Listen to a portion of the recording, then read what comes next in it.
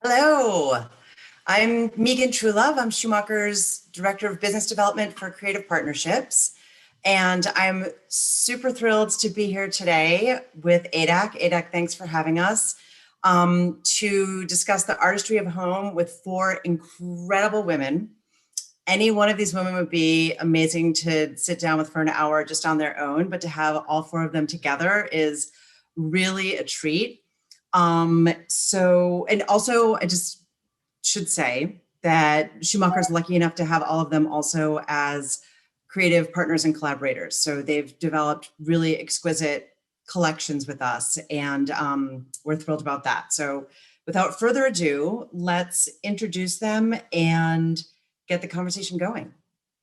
Okay, Kelly Porter and Bridget Cochran, based in Kansas City, Missouri, are the powerhouse duo behind Portertilio, a line of hand-printed, hand-painted wall coverings and fabrics.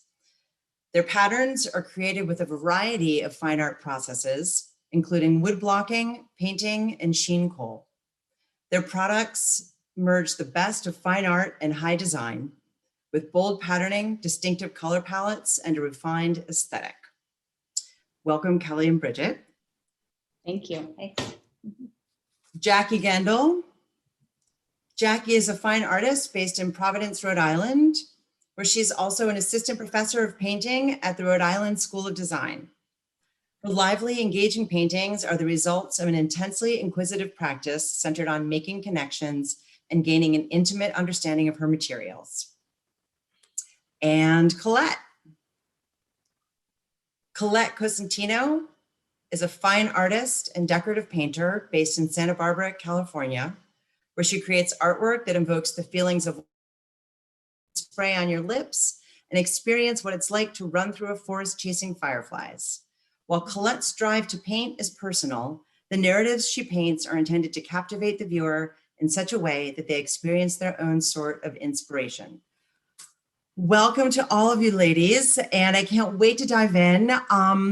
And you know, we at Schumacher thought that one of the reasons why it would be so fun to gather you all here together is that you all of your work, some of you, you know, in a variety of ways, but all of your work really starts with some sort of fine art practice and incorporates that. And so I would love to just go around the grid, and I know everybody's Zoom grid probably looks different, but I'll just use mine here and just hear a bit from each of you to kind of introduce us all to your work and your background, just what your creative practice was like at the beginning, and how and when you came to it, to making things and to falling in love with making things. So Kelly and Bridget, do you want to start? Sure. Kelly and I started Portertilio 16 years ago this year. My background is in interior design and Kelly's background is in fine art. The idea behind the line originally and currently as well was to bring the very best things of both of those worlds together, relying on the practices used in fine art for inspiration and the interior designer's use of the product to be incorporated into that as well, so that we could have beautiful creative things that were also repeatable and predictable for our clients to use in their homes. And did you both, like when you were kids, Bridget, were you one of those kids who was like rearranging the furniture at home? And Kelly, were you kind of like, did you have a paintbrush in your hand at an early age, or like when did that creative spark start for you? So my mom always said I needed to rip out the carpet in my bedroom and that she would just put a drain in my bedroom when I was a kid, because that was just more appropriate for the person that I was, just, you know, right from the beginning, just always breaking things down and recreating them and making something out of nothing. Definitely a lot of art and background and fine art and everything. But just from a creative standpoint, even with games and just board games and anything that I was able to get my hands on as a child was kind of reinvented and repurposed. And I know Bridget would, I know that you would always be rearranging your furniture as a child. Yes. It was actually like a family activity on the weekends to go from aunt's house to aunt's house and swap things between them. And every weekend you came home to a different kind of arrangement. Amazing. Colette, how about you? I grew up in an environment where there were no artists, or there was no thing as a profession as an artist. It was something you did as a hobby. Mm-hmm. And you got, you became a nurse, or you became, like just the more functional. And so while I was encouraged in some ways, in other ways I was not, I just told to set that aside. And so I had a lot of jobs that I was not very happy with. But innately, I was always just bursting with the idea of creating things and creating art. And anytime I would see a painting or be out in the world, I would just be, just taking it all in to such an extent where it was inevitable that I would eventually find my way. And I know that you've told me a really fun story that came to mind as Kelly was talking about her mom ripping her carpeting out of her room as a kid. Is that, will you just tell us quickly the story about being a kid and your mom just kind of letting you have at it in the kitchen? Sure. My mom, I think, just got tired of scolding me because at 3 feet high as a 4-year-old, I kept with the crayons on the kitchen walls, She claims I drew ducks. I don't know if I drew ducks at 4 years old, but maybe I did. I don't know. But I love to draw on walls, and she let me. And so that was her wall covering. Crayola scribbles all the way around the perimeter. And Jackie, that makes me think actually about your Schumacher pattern, Toile de Femme, and how you talked about letting your kids kind of like having a fantasy of letting them color it in. And maybe we can get to that a little bit later, but I'd love to hear just about your background also in terms of coming to your practice and, kind of like when that creative spark really kind of got hold of you. Yeah, I grew up in a really creative household. My dad is an architect, and my grandfather was a concert violinist and songwriter, like country songwriter. And Cool. My mom, it was just a very creative person who, kind of filled our house with interesting objects to examine and look at and kind of spark our curiosity. And I feel like our weekends were spent like kind of all going into the car and going to architectural sites and process and climbing on things. And, we definitely went to museums and were exposed to a lot of art. So I just feel like it was just part of the kind of family spirit that I came up in. Early on. And so one of the things that, I'm in awe of with the four of you also is that you managed to take this kind of like love for making, whether it was drawings or spaces or whatever it was, and actually grow up to turn that into your work, like your actual like professional work. And so I just would love to hear from each of you also a bit about what that transition was like. If there was a moment where you were like, okay, I'm going to do this, like I'm going to make this happen. I'm sure a lot of people watching right now are interior designers themselves and have had, a similar thing of just having this creative drive and this love of making things that they also have turned into careers. And I find it so inspiring. So I'm going to go counterclockwise on my grid. And Jackie, will you tell us about what that was like for you to turn this, this love of making into actually kind of like your profession? Yeah. I mean, I think for me, it's interesting because my brother was the one who was kind of the more talented, like naturally talented artist. And I was always just in awe of everybody around me who, you know, I was like an admirer almost and a little bit shy about my own. And I think at some point I just made the decision that I was pretty young, you know, but I was self-aware, you know, that I didn't have that sort of, you know, it was always something that I was self-conscious of rather than it just coming out.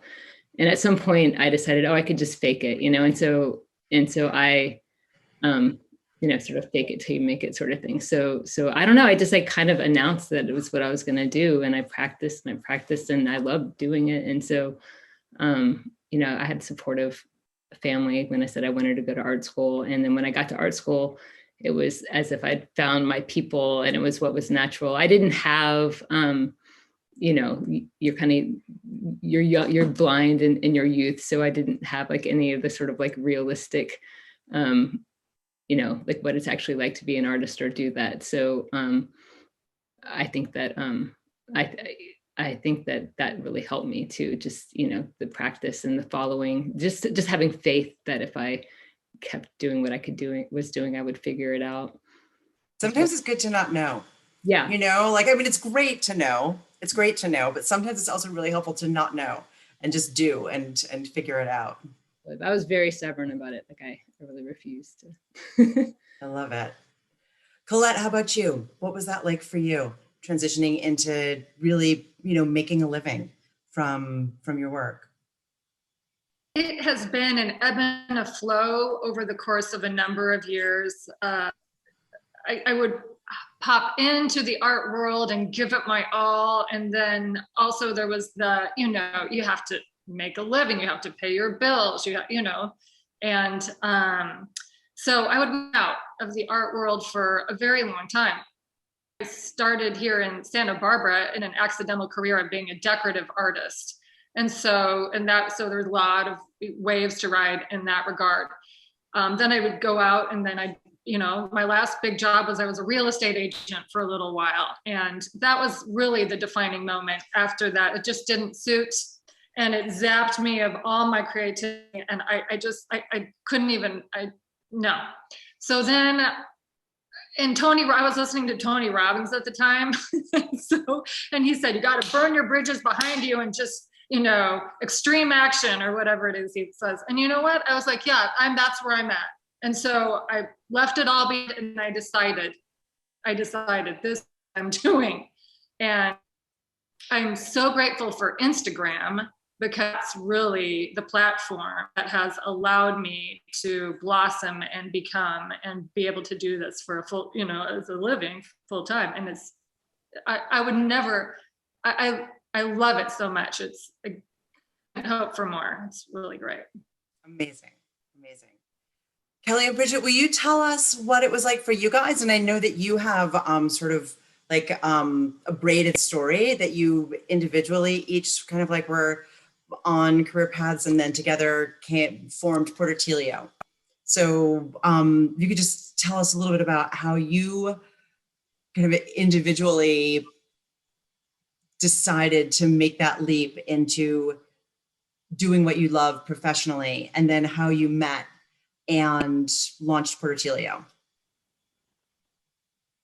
Sure. So my kind of path before I met Bridget was really traditional classical studying of fine art in art school and grad school for fine art as well. And I've maintained a really dedicated studio practice this entire time. So maybe about 20 to 25 years or so of maintaining a really focused fine art practice.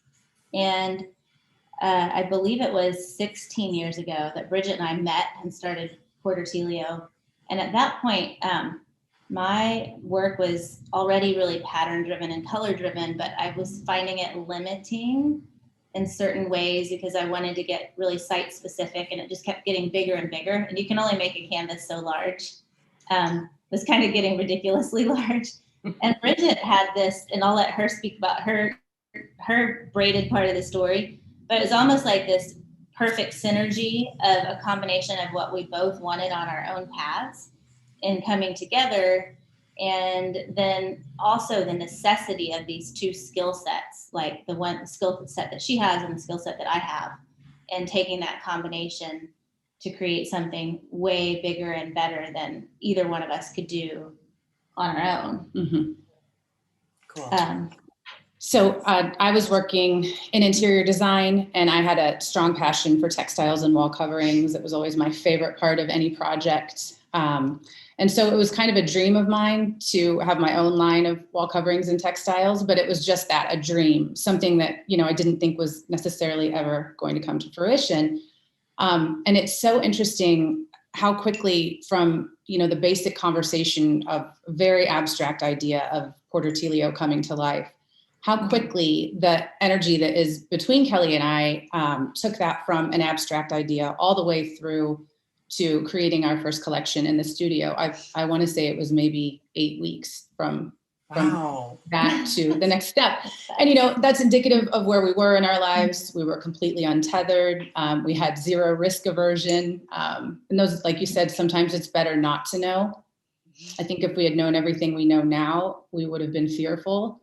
And instead we were filled with optimism and excitement. And I think excitement was what really, fueled us forward. And like you were saying, Colette, I absolutely love this work. And I've found that I've grown creatively. In the early days, I was nervous about working in pattern. And obviously Kelly had a more sophisticated handle on that from her years of painting. But over the years, I've grown in that practice too, and find that, I'm creating things that I'm very proud of also. So it's been so interesting to grow in the ways that you knew you would grow, and then also in the ways that you couldn't have foreseen. And like what I'm hearing from all four of you also, it's just that kind of like locking in, just like locking your sights on it and just doing it, and just kind of following where it goes, which is amazing. So I would love to hear also about what it was like to start taking your practice and start to think about that and translating it into goods for the home. And we can talk about the Schumacher stuff in a bit. For the first part of the question, I would love to just hear, kind of like the more sort of like theoretical part of that, kind of what was it like to, start thinking about designing for walls and for something that somebody might live with, as opposed to your own fine art practice. Colette, do you want to jump in? Sure. As a decorative painter, that was really the first thing that happened. Here in Santa Barbara in the late 90s and the early 2000s, that was really big, was painting directly on people's walls and creating wall coverings that way, and murals and ceilings, a lot of ceilings. And so it was very natural to paint, and also not to even have any fear, just to beauty of paint, as you can always over it if it doesn't turn out. But for the most part, everything worked okay. And it, you have to be very honed in on right and what's aesthetically pleasing to the homeowner, to the majority, also being historically minded. Like for me, I was working in people's homes and they were Spanish style and it's specific period. So, just being very mindful of all the elements that make good design. Mm-hmm. And Jackie, how about you? I know that I actually don't know 100%, but I feel like I know 99% that this collection you just did with Peg Norris for Schumacher of wallpapers was like your first foray into kind of thinking about, you know, kind of something living in somebody's home beyond like one of your pieces that someone might have as, you know, as part of their collection. But, you know, thinking about wallpaper, like, wow, what was that like as a painter and a fine artist to think about making wallpapery things, like in terms of scale or anything, pattern? I mean, I had always daydreamed actually about having the opportunity to make crossover work, you know, that you know, dealt with, I mean, I in some ways I didn't consider it that different from my work, like the paint, the wallpaper, I feel like is part of my work in a lot of ways, like in my paintings, like I always think about the social, and like they're often people that are like coming together and disintegrating, and like, and I love to think about like how different paintings or objects in the room kind of talk to each other. So the idea of making a wall covering, and like something else I'd like to do in my paintings is just draw connections between different kind of historical ideas, or, you know, finding meaning in as many ways as possible. So it really like made a lot of sense for me to like start thinking as, you know, like as not just somebody making paintings, but as like objects that were furniture or wall coverings as well, and how they all could speak to each other, and then in turn like speak with like the kind of like socialness that happens in a house.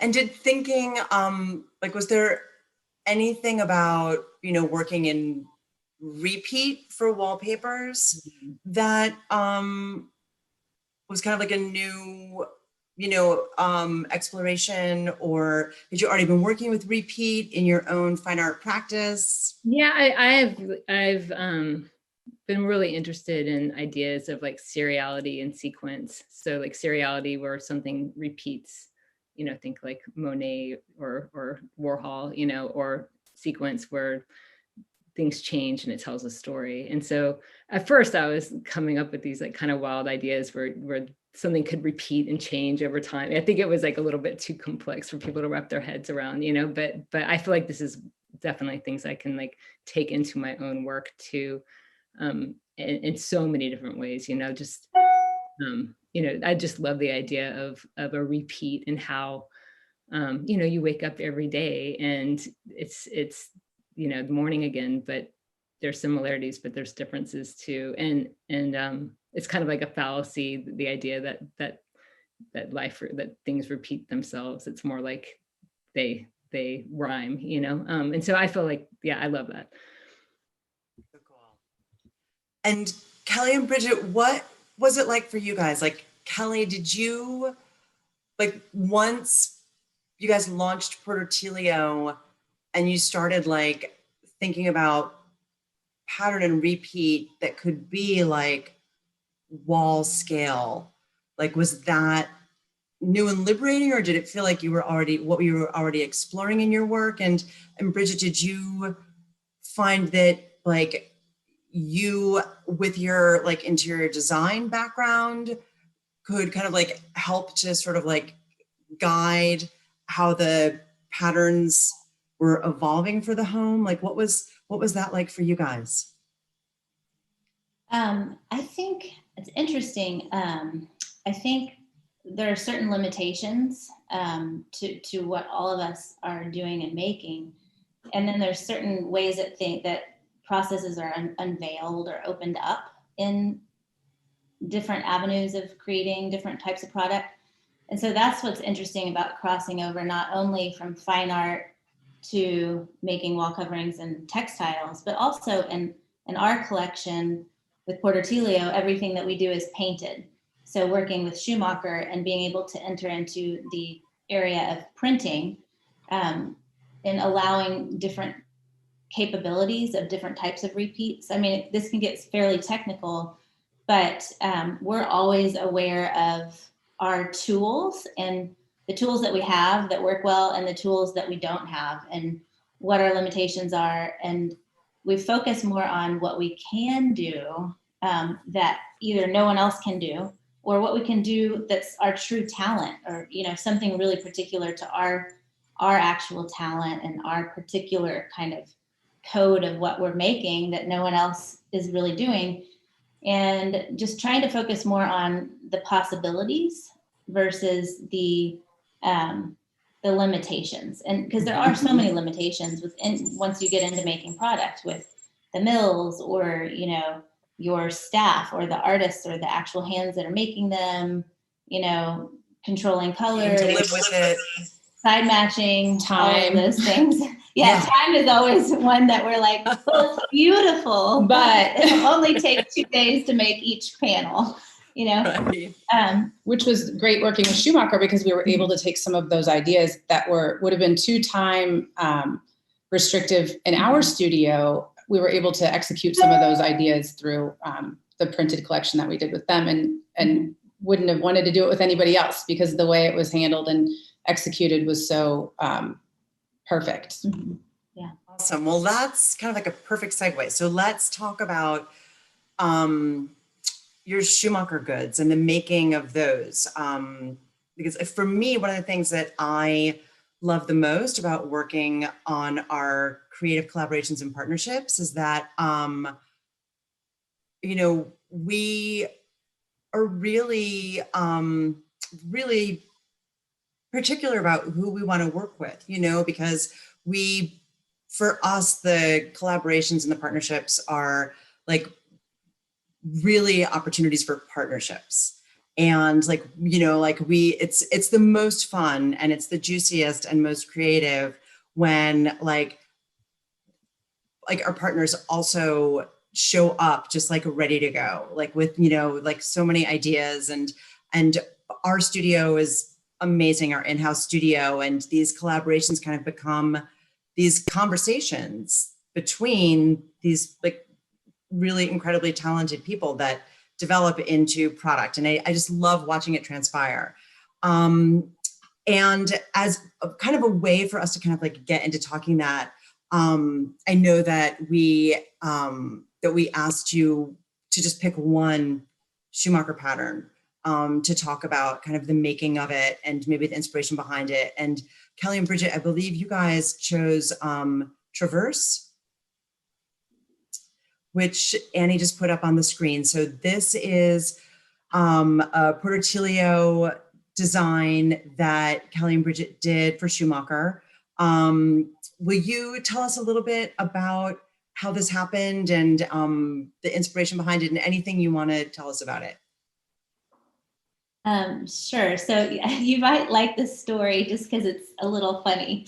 But we made the original painting for this pattern by creating a very special and particular tool that was made out of Q-tips taped together to a piece of foam. So, I mean, super high tech, right? But you just kind of made sort of like a Q-tip comb and then dipped it in the paint and kind of dragged it. Yeah, and then That's we so cool. dipped it into really saturated acrylic ink. So it wasn't paint, but ink, so it stayed transparent. So when those little cotton balls are dragging on what we use, which is a really toothy Japanese paper that has a lot of texture to it, it just picks up that ink like that. So you just get all of those really, really, you know, the subtle nuances of the transparency. So it's simple, but it's kind of a cool story. And So also beautiful. kind of the perfect marriage between Portillo and Schumacher, and that it's, you know, we love the way Schumacher always has a fresh take on things that sometimes are considered traditional. So, you know, a plaid, but then also using our tools in a way that we would never be able to use them in our own studio. This is not a repeat that we could execute without everyone losing their minds. Right. And so to see it come to life through you all was wonderful. And for Schumacher to be able, I believe this is digitally printed, because the digital printing allows the ability to capture that kind of like that handmade quality. So yeah, I mean, as you said, Bridget, just like such a fun marriage of how driven by the art of the hand, your work is at Portertilio, and just kind of this toolkit of techniques that the Schumacher Creative Studio is just really genius at deploying and kind of putting those together to make this pattern that's been so widely received. And we actually have it even hanging up outside the wall of our design studio in Manhattan. And it's the first thing you see as soon as you get off the elevator. And anybody who's been up there for the first time is always like, oh my gosh, what is that? It's just, I would say to give us credit for it is really not fair, because the team of yours that managed to get this to work was they really worked on it and they really got it to be, you know, just perfect without losing the handmade really element of the hand and the little bit of organic, you know, ebb and flow that it has. So, and the balance of imperfection in it that keeps it feeling as if it's handmade. They did a great job of balancing all of those things. and for anyone watching who hasn't seen this pattern yet, it's also enormous. It's got a really large scale, like so much of Portertilio's work, and it's really fun. So if you haven't seen it yet, you can go to Schumacher's website and just search for Portertilio, and their whole collection will come up, and you can, you know, click through the various images to get a better idea of it. But it's such a wonderful pattern. Jackie, do you want to talk through the Golden Age? Sure. Okay. So the Golden Age, the term, or l'âge d'or, my French is horrible, but it comes from Greek mythology. You might recognize it from Greek mythology and from poetry, and it basically denotes a period of peace and harmony and stability and prosperity. You know, where wild animals and people dance together. You know, it's similar to the Garden of Eden. And subsequent eras like the Silver Age, the Bronze Age, things tend to get worse and worse and worse. But the kind of idealism of this time is a fiction, and it's a fiction about a past that was better. And of course, it's not really true, but it's a theme that I've returned to in my work many times. And so so this one was based on that sort of idea. And so I was also going to just mention for people who might not be familiar with this pattern yet, this also is an enormous scale. This is a 2-panel pattern, and you can see on the left-hand side, the woman reaching out, and then on the right-hand side, the hand coming in, holding the fruit, and those repeat. So it does actually connect and continue. And yeah, so this is an install shot, just kind of helping you understand the scale of the pattern in a room. And so Jackie, what was it like? You didn't paint this exactly to size, right? You painted it and then it got scanned in and scaled up, or tell us a little bit about actually making it. If it wasn't to exactly size, it was close to size. Okay. Like I think it might have been to scale. I'm not positive. Like I made, I didn't make all the women at the same time. You know, like I made them.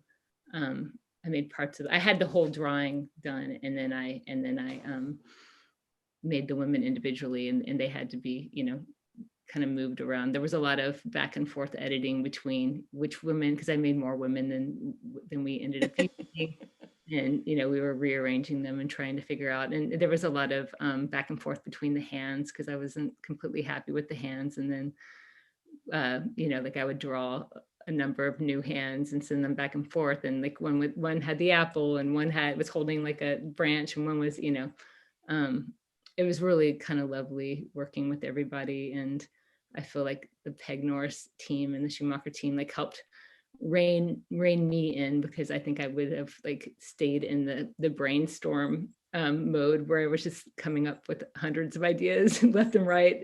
I could have stayed there forever, and they helped me choose, you know, kind of limit that. And then when it came to refining, you know, I feel like I had some really specific things that I saw, and they would have things that they saw too. So it was really great. Mm-hmm. And what did you use to draw the figures? And then what did you use to create the stippling pattern? So the figures were drawn just with brush and ink. And like I said, they're a little bit larger than life. And then the stippling, I actually made my own brushes using wigs. And So cool. yeah, so I wanted to make marks that were really like unusual and specialized and completely mine. And so that's how I made those marks. Wigs and Q-tips. I love it. Yeah, Like I this know. is the essence of like the artistry of home, really. Yeah, you have to make your own tools. Sometimes, yeah, to make the mark you want to make. So beautiful. Thank you.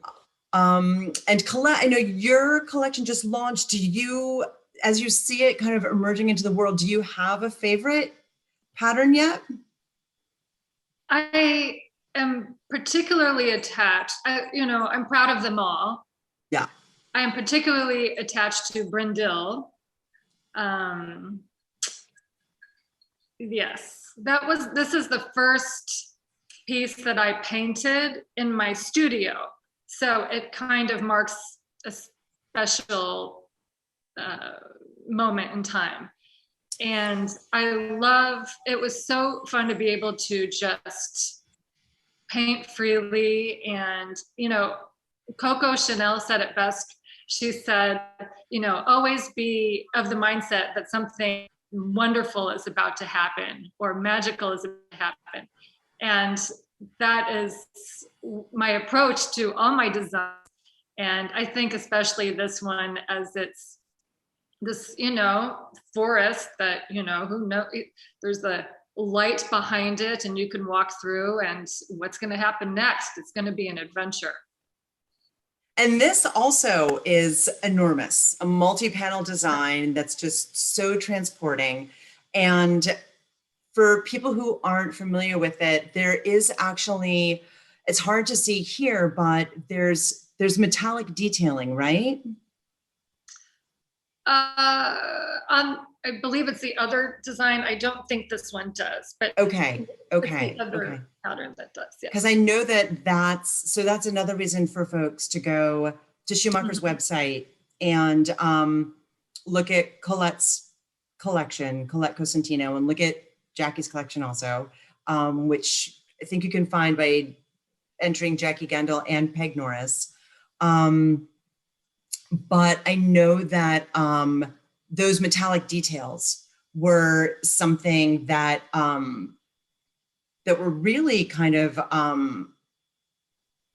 like a real feat of like technical artistry. Okay. This is the one that has the metallic bits and background, and it's very subtle, and it's more on the gold version of it, and it's remarkable. And my original fine artwork and most of my work have metallic elements, little bits, tiny little magical bits. And so it's so wonderful that Schumacher was able to bring that to life. And when you walk by, it'll change just ever so slightly. I remember going through the design studio when you were working on this collection with the studio, and just, everyone just being obsessed with like getting those metallic details right, and kind of like color trials coming back from the mill and just being, it's not quite there yet. It's not quite there yet. Like, let's try it again. But the results are so exquisite that it was well worth the, kind of drilling down to make sure that the mill was able to nail it. It's beautiful. Thank you. Okay, so I also want to tell everybody who is watching that we are going to do a Q&A. I forgot to mention that at the top of the conversation. I should have done that, but if you have questions, I think you can just put them into the Q&A feature, and the folks at ADAC are going to make sure that we get a chance to look at those and address them.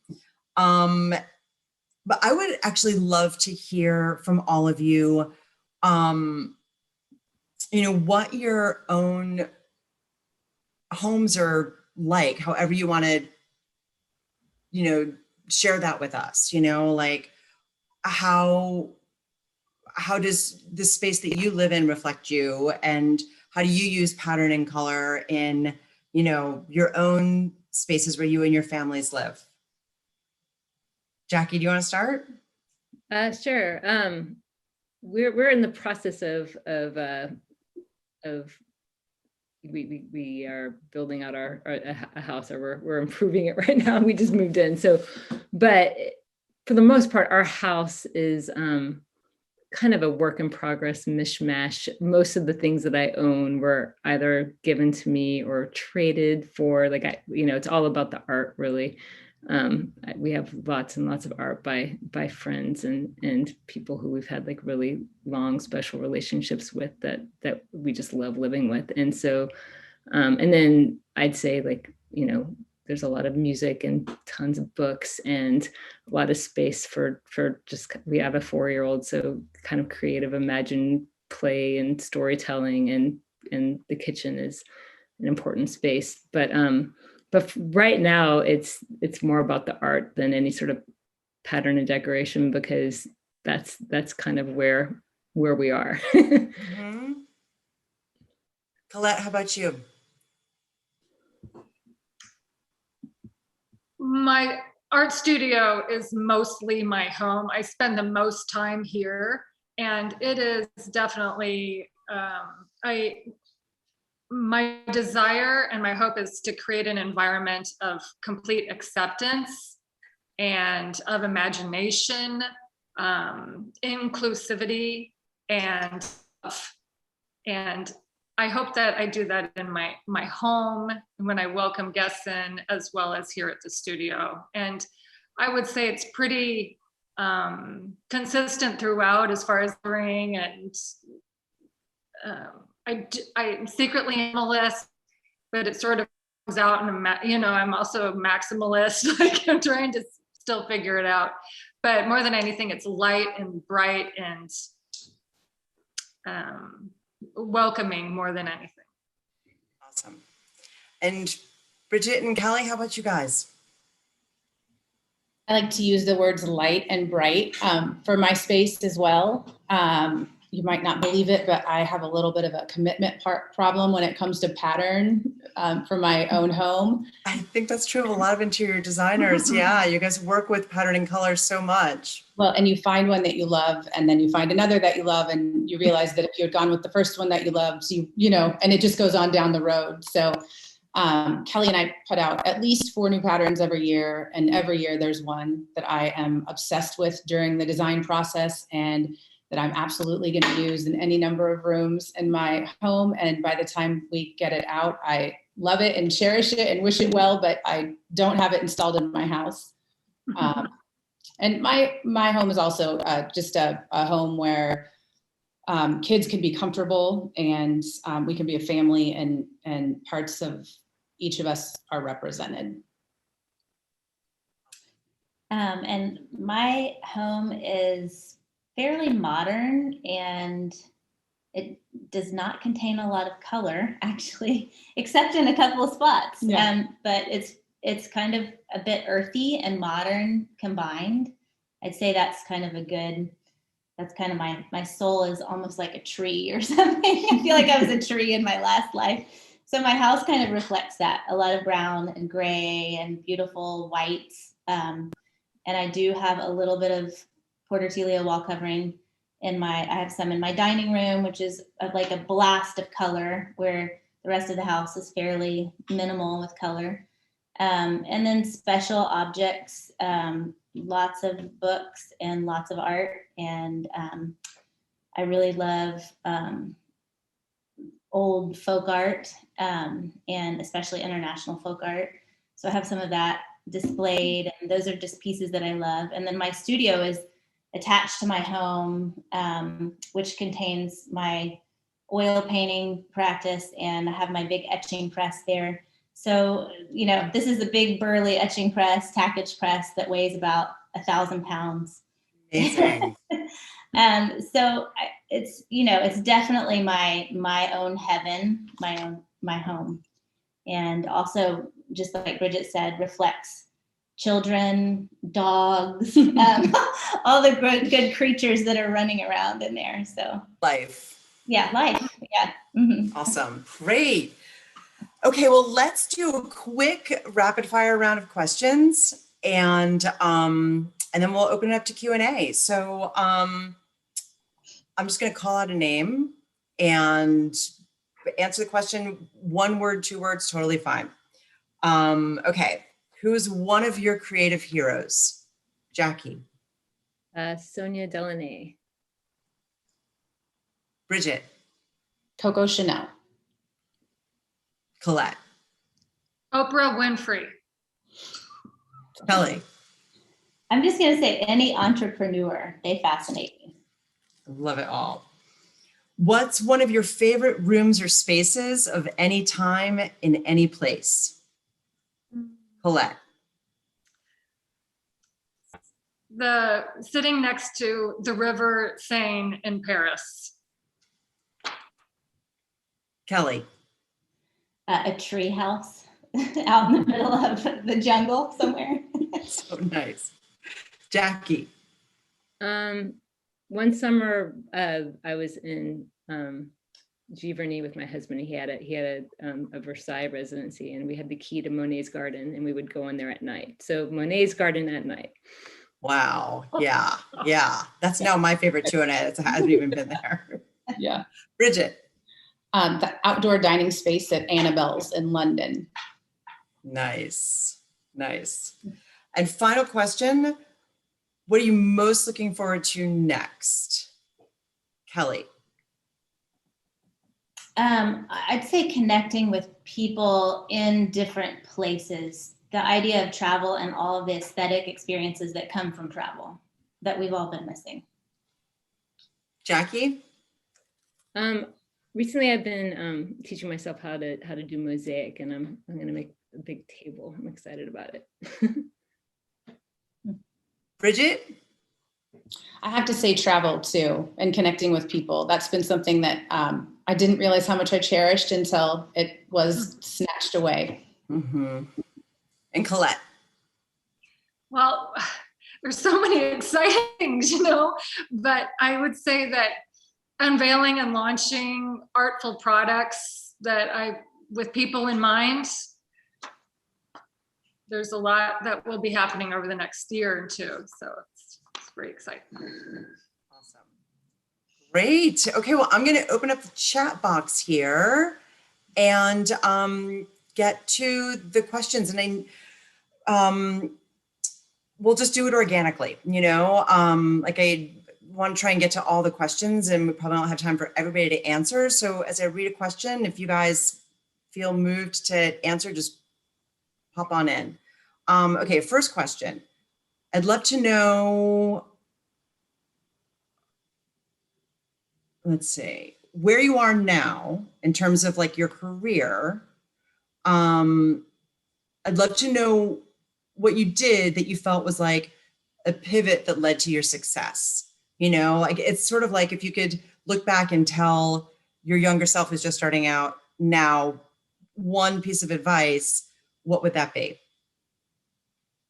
I can answer that. I would say just don't give up. Just keep moving forward, and don't look at your mistakes as the end. Look at them as beautiful opportunities to learn, and just keep moving forward. And before you know it, you'll be, somewhere that looks very close to where you wanted to be. Awesome. Yeah, I just want to say, in the words of Yoda, there is no try, there is only do. Nice. We can all learn from Yoda. Yes. And to enjoy baby Yoda as well. Okay, let's see. What did you do when you were first starting out to really address your fear? How did you kind of, conquer the overwhelm? when Bridget and I were very first starting, I think it was helpful that we absolutely had to do this for several years, and we kind of built it out of nothing, and we didn't have anything to fall back on. So we just had to keep going, and we had to continue taking risk after risk after risk without getting a ton of security right off the bat. And I think that, you just kind of get used to it in the beginning, but I think every success story, when you look back at it, is full of all of those mistakes. And that is, getting over the fear of making the mistakes and just letting them happen, and knowing that that's part of actually what's going to get you to the place that no one else could get to had you not gone on that specific path and hit all those bumps in the road. I think that's an important part of it.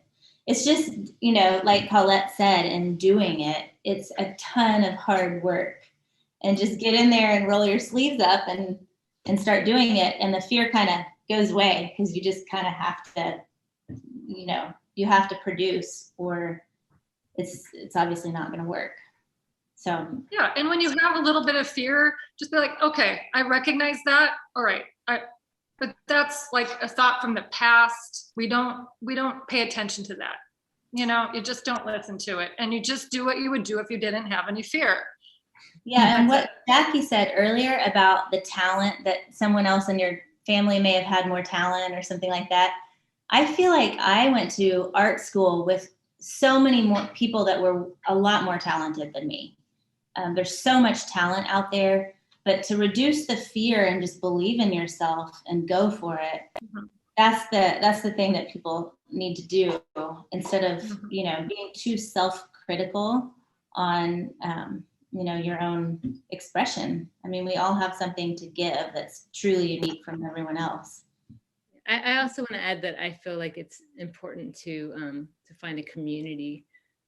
Like I know that just having a really large peer group, and I mean, and what I do particularly, where there used to be openings, and there was like a pretty large. There will be again. I know, so to being a fine artist, but just having people in and getting feedback, and also just knowing that failure is like a huge part of making stuff. Like you just cannot make any art without getting really used to failing and then going back and reworking it. I mean, I actually think that's what's one of the most special things about an art education, is that you spend like 50 hours working on something and it doesn't work, and you're like, okay, I'm starting over. It's just part of it. So just making friends with the fear. Yeah. Awesome. So this is an interesting question too. So for somebody who loves original art but doesn't have a big budget, do you have any suggestions about how to buy artwork, start building a collection? What would you suggest?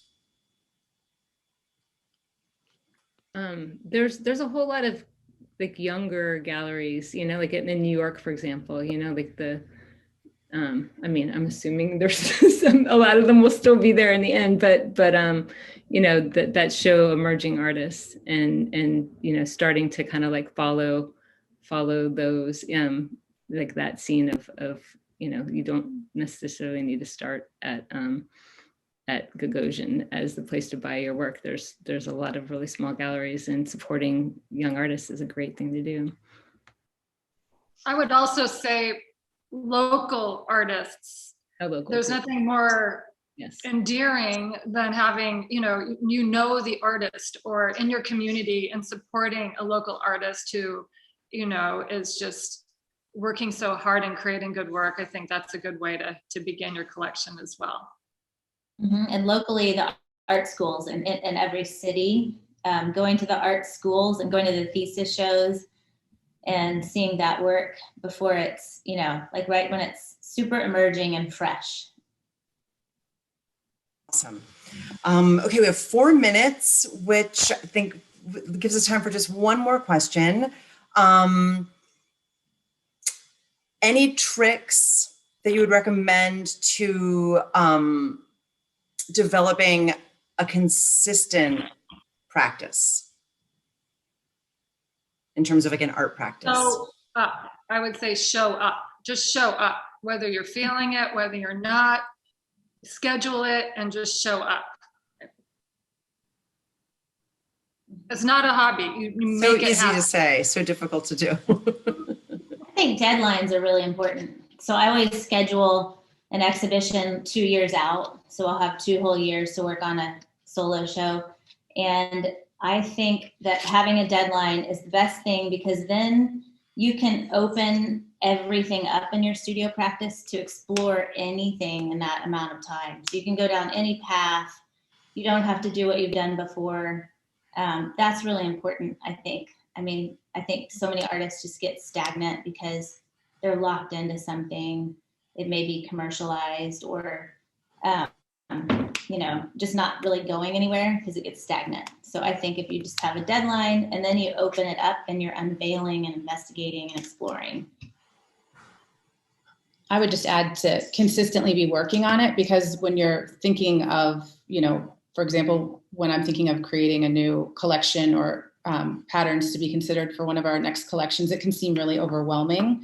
But if you can just consistently be chipping away at it, working in some capacity toward the end goal, I think things happen slowly but surely. They don't happen in a big burst of magic. I think also just giving yourself sort of the room to play and to fail and not. I know sometimes when I get stuck or don't know what to do, I'll just like watercolor. I'll put on a book on tape, like a dumb one, in watercolor, and just try to enjoy what I'm doing and not think too hard as a way to just get going. And I feel like if somebody is just starting, you know, like you might need to like take the pressure off, you know, and try to just, you know, make a small assignment for yourself, or, you know, play. Let's end on the note of play. I love it. You women are amazing. Thank you so much for joining me for this hour. ADAC, thank you for having us. Anyone watching, go to Schumacher's website, fschumacher.com, to check out their beautiful work. And enjoy the rest of your day. Thank you. Thanks. Thank you, Megan. Thank you, Megan. Bye. See you soon. Bye-bye.